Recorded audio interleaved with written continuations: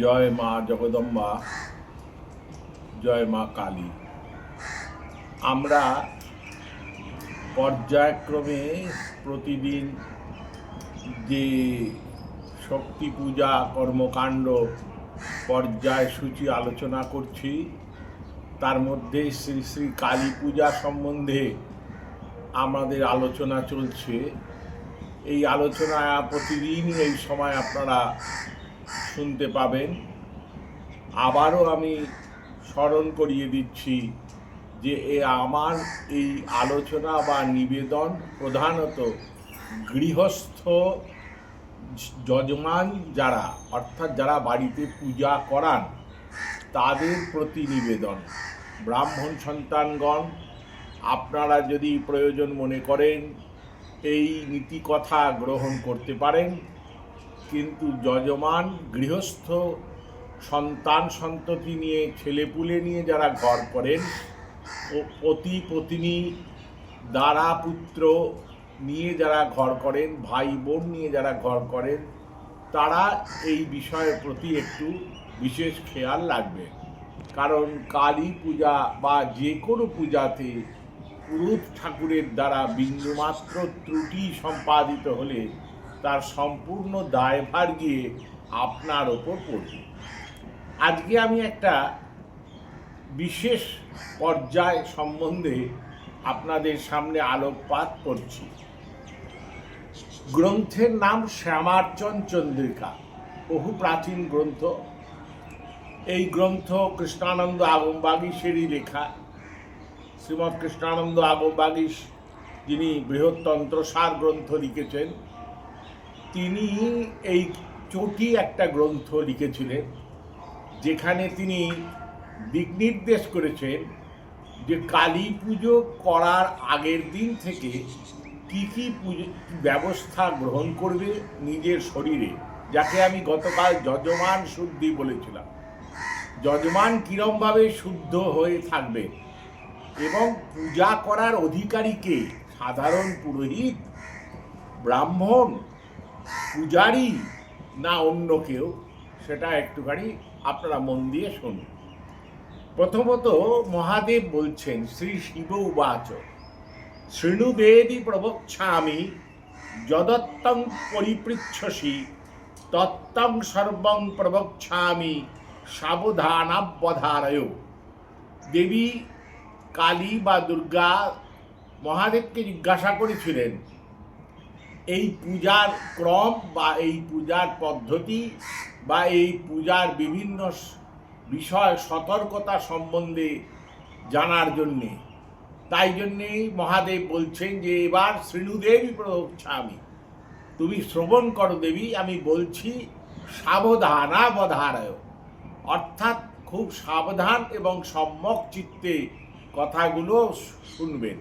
আপনাদের প্রতিও আমার একান্ত নিবেদন, আপনারাও মন দিয়ে শুনবেন।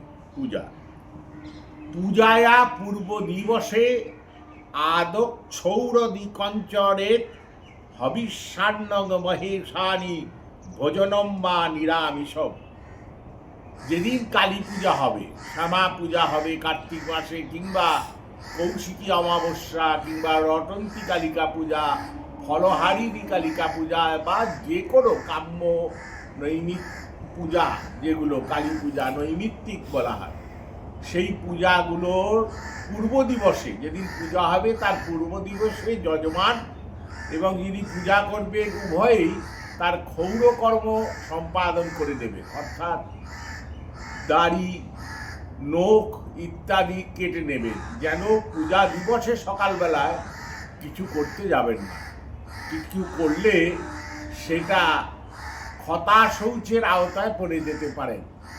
তাই জন্যে পূর্ব দিবসে ক্ষৌরকর্ম যা কিছু সম্পাদন করার করবেন, মুন্ডনের প্রয়োজন নাই। আর একটা বিষয় যেটা মনোযোগ দিয়ে শুনবেন, হন আপনি তন্ত্রমন্ত্রে দীক্ষিত, কালী মন্ত্রে দীক্ষিত, করে থাকুন আপনি বিরাচার বামাচার, যে কোনো আচার, কিন্তু মহাদেব বলছেন যে পূর্ব দিবসে আপনি হবিষ্যান্ন খাবেন এবং নিরামিষ ভোজন করবেন। নাস্তি নিশম যত্র, যেখানে কোনো রকম আমিষণ্যতা নেই, যেখানে মাছ মাংসের কোনো রকম উপস্থিতি নেই, রসুন পেঁয়াজ পলান্ডু এগুলোর উপস্থিতি নেই, এই রকম হবিষ্যান্ন। হবিষ্যান্ন কিরম ব্যাপার আপনারা জানেন। আমরা পরবর্তী সময় অন্য পর্যায়ে হবিষ্যান্ন কথা ব্যাখ্যা করব। মোটের ওপর নিরামিষ খাবার খেয়ে এবং একবার মাত্র সারাদিনে খেয়ে আগের দিন আপনাকে সংযম করে থাকতে হবে। এবার পর দিবসে শুনুন। তত পরস্মিন দিবসে প্রাত স্নাত্বাত্ম স্বাধক নিত্য পূজাং সমাপ্যাদ্যৌ দেববৎ শুদ্ধ মানস। পরদিন প্রভাতে স্নানাদি কর্ম করে নিত্য যে পূজা, সন্ধ্যা, আহ্নিক, শালিগ্রাম, শিবলিঙ্গ ইত্যাদি পূজাগুলো আপনারা সমস্ত সম্পন্ন করে মূল পূজার জন্যে ক্রমশ প্রস্তুতি নিয়ে অগ্রসর হবে। মন দিয়ে এরপর পরে শুনবেন। যেখানে আমি বলেছিলাম যে কালী পূজা কি পুরোহিত করবেন, কালী পূজা কি সাধারণ ব্রাহ্মণ পূজক ঠাকুর তাকে ডেকে এঙ্গেজ করে করাবেন? না, কালী পূজা করবেন আপনার গুরুদেব, শ্রী গুরুদেব আসবেন পূজা করতে। যদি গুরুদেব না আসেন তাহলে গুপ্ত সাধিকা তন্ত্র, যে তন্ত্র মধ্যে বিশদভাবে বলা হয়েছে যে যদি শ্রী গুরুদেব স্বয়ং উপস্থিত না হয়ে পুজো করেন তাহলে গুরু মা যিনি তিনি আসবেন। এই গোপনলী লাগমে ষট পঞ্চাশৎ সন্দেহ ভজনং নামাষ্টপ পটল, যেটা তার মধ্যে এটা উল্লেখ আছে যে স্বয়ং গুরুদেব কালী পূজা করবেন। মুখ দিয়ে শুনবেন। কোথায় তন্ত্র কথা বলছেন? গুরুর বা গুরুপুত্র বা গুরুপত্নী চ সুব্রতে আগমোক্ত পূজনেতু অধিকারী গুরু স্বয়ং। আগমোক্ত পূজার ক্ষেত্রে গুরু নিজেই হচ্ছেন একমাত্র অধিকারী। তিনি শিষ্যের কল্যাণের জন্য এই পূজা করবেন। গুরু বা এক গুরু নচেত গুরুপুত্র বা, কারণ আমাদের সাধারণ শাস্ত্রে বলে গুরুবৎ গুরুপুত্রেষু তদ দ্বারা সুতানি চ। গুরুও যা, গুরুপুত্রও তাই, গুরুপত্নীও তাই, এনাদের সব একই সমানভাবে সম্মান জানানো হয়। তন্ত্রও সে কথা বলছে। গুরুর বা গুরুপুত্র বা গুরুপত্নী চ সুব্রতে আগমোক্ত পূজনেতু অধিকারী গুরু স্বয়ং। নিগমোক্ত বেদোক্ত পৌরাণিক পূজায় পুরোহিত মশাই করতে পারেন, আচার্য পুরুষ করতে পারেন, কিন্তু শক্তি পূজা, কালী পূজা, শ্যামা পূজা, অন্নপূর্ণা ইত্যাদি পূজা এবং বিশেষ করে কালী পূজার ক্ষেত্রে স্বয়ং গুরুদেব এই পূজা করবেন। গুরুদেব না করলে গুরুপুত্র করবেন, না তিনি যদি অক্ষম হন তাহলে গুরুপত্নী মানে গুরু মা তিনি পূজা করবেন, কিন্তু করবেন ওই গুরু প্রণালী গণই। গুরুর ও ভাবা দেবেশী স্বয়ং পূজাদি কঞ্চরে এবর্ভি নাম মহিষানি তান্ত্রিকই দেশি কর্ষতি। যদি গুরুদেব কোনো কারণে গুরু পরম্পরা না থাকে, তন্ত্র বলছে স্বয়ং যজমান যিনি দীক্ষিত তন্ত্রমন্ত্রে তিনি স্বয়ং পূজা করবেন, যে জাতির হন তিনি, তাতে কিছু এসে যায় না, তিনি স্বয়ং পূজা করবেন। কিন্তু সেটা হচ্ছে চতুর্থ পঞ্চম নম্বর কল্পে। প্রথম প্রায়োরিটি হচ্ছে গুরু পরম্পরা বা গুরু প্রণালী। তত্ত্ব সর্বে ব্রহ্মরূপ গুরু সাক্ষাৎ যদি পূজা দিকঞ্চরে তত্তৎ সর্বং মহেশানি কোটি কোটি গুণং ভবে। কত সুন্দর কথা! তন্ত্র পরিষ্কারভাবে ঘোষণা করে দিচ্ছে ব্রহ্মরূপ গুরু সাক্ষাৎ। গুরু হচ্ছে সাক্ষাৎ ভগবানের স্বরূপ। সেই গুরু যদি পূজা করেন, ব্রহ্মরূপ গুরু সাক্ষাৎ যদি পূজাদিকঞ্চরে তত্তৎ সর্বং মহেশানি কোটি কোটি গুণং ভবে, তাহলে সেই পূজায় হে দেবী আমি কোটি কোটি ফল যার বাড়িতে পূজা হচ্ছে, যিনি পুজো করাচ্ছেন, তাকে প্রদান করে থাকি। অতএব পরমেশানি স্বয়ং পূজাদিকঞ্চরেত, স্বয়ং পূজাদিকং কৃত্বা পূজা দ্রব্যাদিকঞ্চ সৎ তত সর্বং পরমেশানি গুরুরগ্রে নিবেদয়েত, গুরৌ দত্তে মহেশানি সর্বং কোটি গুণং ভবেত। দেখুন বলছে যে যদি গুরু প্রণালীর অভাবে, মন দিয়ে কথাগুলো শুনবেন, লোম খাড়া হয়ে যাবে, এই রকম কথা আপনি কোথাও পাবেন না সহজে। এ বিদ্যা, এ তন্ত্র পরম্পরাক্রমে আমাদের কাছে আমার প্রাপ্তি ঘটেছে। আমরা গুরু পরম্পরায়, আমাদের আচার্য পরম্পরায়, শিক্ষাগুরু পরম্পরায় এগুলো পেয়েছি। এই গ্রন্থ আমাদের কাছে আছে। শ্রী শ্রী রাধা গোবিন্দ মন্দির, আলমবাজার, এইখানে আমাদের এই গ্রন্থ আছে। আমরা আপনাকে অ্যাডভার্টাইজ করব না, ফোন নম্বর দিয়ে ডাকবও না। আপনার যদি কখনো প্রয়োজন অনুভব হয়, দয়া করে তাহলে আপনি নিজে অনুসন্ধান করে এখানে উপস্থিত হবেন। মন দিয়ে শুনুন, বলছে যে গুরু প্রণালীর অভাবে যার বাড়িতে পুজো হচ্ছে, তিনি যদি স্বয়ং পূজা করেন, পূজা করতে গেলে তিনি প্রথম যে সাবধানগুলো, সতর্কতাগুলো অবলম্বন করবেন, স্বয়ং পূজা দিকং কৃত্বা পূজা দ্রব্যাদিকঞ্চ সৎ তত সর্বং পরমেশানি গুরুর অগ্রে নিবেদয়। মাতৃপূজা, কালী পূজা, দেবী পূজার যত দ্রব্য আপনি প্রদান করবেন, যা কিছু অর্পণ করবেন, আগে সমর্পেয় গুরবে পশ্চাৎ।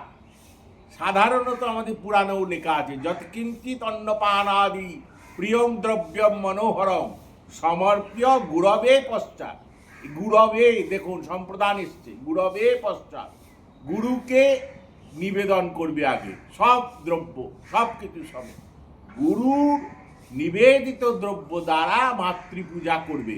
তাহলে গুরুর প্রায়োরিটিটা কোথায় বসিয়েছে তন্ত্র, চিন্তা করুন। গুরৌ দত্তে মহেশানি সর্বম কোটি গুণং ভবে। এখানে বলা হয়েছে যদি গুরুদেব স্বয়ং না আসেন, তবে গুরু পত্নী আসবেন, তিনি পুজো করবেন। মা, মাতৃ শরীর পূজার অধিকারী, এই তন্ত্রে বলা হয়েছে। মা এসে, গুরু মা এসে কালী মার পূজা করবেন, কিন্তু সেখানে কিঞ্চিত কতগুলো বিষয়কে বাদ দিয়ে দেওয়া হয়েছে। গুরুপত্নী মহেশানি যদি এসে পুজো করেন, যদি পূজাদিকং চরে বলিদানাদিকং কার্যং হোমং তত্রং বিবর্জয়েত। বলিদান, হোম ইত্যাদি যে কার্যগুলো আছে পূজার ক্রমের মধ্যে, সেগুলো বাদ দিয়ে দিতে হবে। সেগুলো ছাড়া শুধুমাত্র সাধক মাতৃপূজার যে ব্যবস্থা করবেন, অন্যান্য পূজার ক্রমগুলো গুরুপত্নী অনুসরণ করবেন। কিন্তু করবেন গুরুর অভাবে গুরুপত্নী, গুরুপুত্র তার অভাবে গুরুপত্নী করবেন। পরিষ্কারভাবে বলা হচ্ছে, গুরৌ দত্তে মহেশানি সর্বং কোটি গুণং ভবে, গুরুপত্নী মহেশানি যদি পূজাদিকং চরেত বলিদানাদিকং কার্যং হোমং তত্র বিবির্জয়েত। হোমীয় দ্রব্যমানীয় দেবগ্রে স্থাপনের বুধ মূলমন্ত্রং সমুচ্চার্য মহাদেব্য নিবেদয়েত। হোমের যে দ্রব্যগুলো, সেগুলো আপনি শুধু এনে দেবতার সামনে মূল মন্ত্রে অর্পণ করে দেবেন। আগুন জ্বালানোর দরকার নেই, বা বহ্নি স্থাপন ইত্যাদির দরকার নেই। তাতেই হোমের কাজ, যজ্ঞের যে কাজ, সেটা পূর্ণ হয়ে যাবে। দেখুন, গুরু স্থান তন্ত্রোক্ত পূজা, আপনারা জানেন কালী পূজাতে গুরুপঙ্ক্তি পূজা আছে, দিব্যৌঘ, মানবৌঘ, পরপর সব গুরুর পূজা আছে। তাই গুরুর প্রায়োরিটি সর্বাগ্রে। গুরুদেব নিজে পূজা করবেন, যদি গুরু পূজা না করেন গুরুপুত্র করবেন। গুরুবৎ গুরুপুত্রেষু তদ দ্বারা তার কন্যা সুতানিচ, তার পত্নী এবং তার সুতানিচ অর্থাৎ পুত্র পুত্রী, সুতানি তার কন্যা, এরা সব পরপর যেমন শ্রদ্ধার যোগ্য, সমান সম্মান পাওয়ার যোগ্য, সেরকম তন্ত্রে বলা হয়েছে গুরু, গুরুপুত্র এবং গুরুপত্নী এনারা পূজা করবেন। এবং সব দ্রব্য আগে গুরুদেবকে নিবেদন করতে হবে। দেখুন, আপনারা অনেকে মনে ভাবতে পারেন যে বইয়ের পাতা দেখে বলছেন, গ্রন্থি, আমি বলেছি যে গ্রন্থেই পণ্ডিত বাস করে। গ্রন্থ অবলোকন করে বলা, নিবেদন করার মধ্যে কোনো যে আপনার দুর্বলতা বা আপনার শিক্ষার অভাব বা জ্ঞানের অভাব এগুলো প্রকট হয় না, এতে পাপ নেই, বরং এটাই সঠিক। আর না দেখে ভুলভাল বলে দিলেন, ভাবলেন আমি কি মজা, কি সুন্দর বললাম, নাক মুখ নেড়ে, সেগুলো ব্যর্থ হয়ে যাবে। একলব্য আমি নিজেকে মনে করি, সাক্ষাৎ ঘনিষ্ঠ দর্শন হয়নি, আমি গুরুস্বরূপে মনে মনে বরণ করি প্রখ্যাত পুরাণ তত্ত্ববিদ ডক্টর শ্রী নৃসিংহপ্রসাদ ভাদুরী মহাশয়কে, যিনি দেখি একাধিকবার সোশ্যাল মিডিয়াতে বিভিন্ন গ্রন্থের পংক্তি থেকে দেখে দেখে তিনি উচ্চারণ করে কোটেশন নিয়ে কোট আনকোট তিনি বলছেন, নিবেদন করছেন। বড্ড ভালো লাগে আমার ওনার বলার কায়দা এবং ওনার সমস্ত মানে মিতঞ্চ সারঞ্চ বচৌহি বাগ্মিতা, অতি অল্প কথায় এত সুন্দর করে মূল শাস্ত্রে গুরু নির্যাস বলার চেষ্টা করেন। আমি একলব্য মনে মনে ওই গুরুকে তার মূর্তি সংস্থাপন করেছি হৃদয়ে, তাকে অনুসরণ করে বলার চেষ্টা করি। আর সর্বোপরি বারবার বলছি, শ্রী সীতারাম দাস বাবা ওঙ্কারনাথজি মহারাজ, যিনি আমার শিরোর উপরে সর্বদা বিরাজমান আছেন, তার কৃপায় আজকে এই নিবেদন আপনাদের কাছে সমর্পণ করলাম। আপনারা এগুলোটা মন দিয়ে শুনবেন যে কালী পুজো করার মূল অধিকারীকে। জয় মা জগদম্বা, জয় জয় মা শ্রী কালী।